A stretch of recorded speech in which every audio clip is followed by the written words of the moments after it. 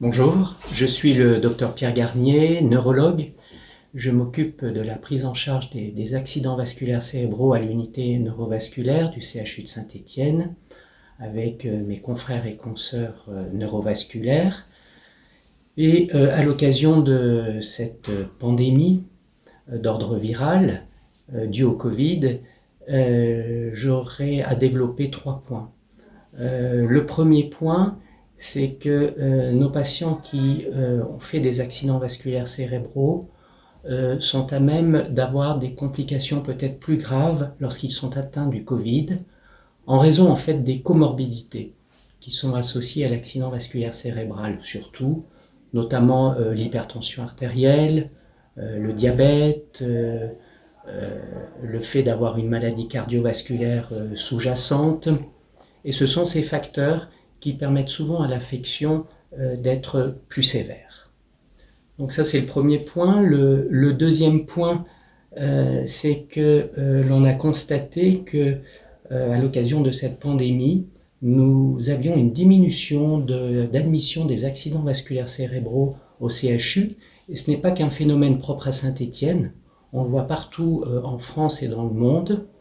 Les raisons ne sont pas encore clairement établies, mais en tout cas, ce que l'on peut dire, c'est que certainement des patients, surtout quand le déficit a été mineur ou qu'il n'a pas duré dans le temps, ce qu'on appelle un AIT, ne viennent pas à l'hôpital.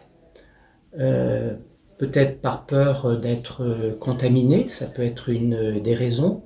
Le problème, c'est que ces patients qui ont fait un déficit mineur ou transitoire risquent de connaître dans les jours qui suivent des complications plus graves liées à l'AVC, avec des séquelles résiduelles, et là, les traitements que l'on pourra donner seront beaucoup moins efficaces. Car comme je vous le rappelle, les traitements d'urgence pour essayer de dissoudre le caillot de sang qui est responsable de l'accident vasculaire cérébral nécessitent que les patients arrivent tout de suite à l'hôpital dès le début de leur accident vasculaire cérébral.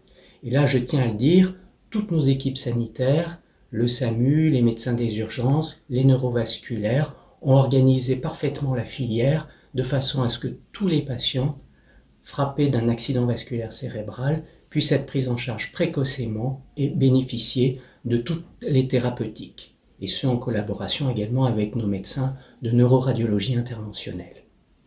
Et le troisième point, sur lequel également il faut insister, d'ailleurs on a beaucoup de questions à ce propos, mais là les sociétés ont bien répondu, c'est: docteur, faut-il poursuivre l'aspirine suite à notre accident vasculaire cérébral? Parce que vous savez qu'il a été dit que peut-être les anti-inflammatoires aggravaient l'affection due au Covid.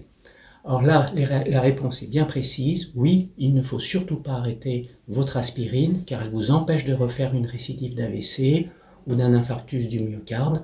Donc il faut bien la prendre, surtout que la dose qui est utilisée, ce sont des petites doses. Ce ne sont pas les doses que l'on voit dans les anti-inflammatoires non stéroïdiens. Donc vous pouvez être rassuré sur ce point.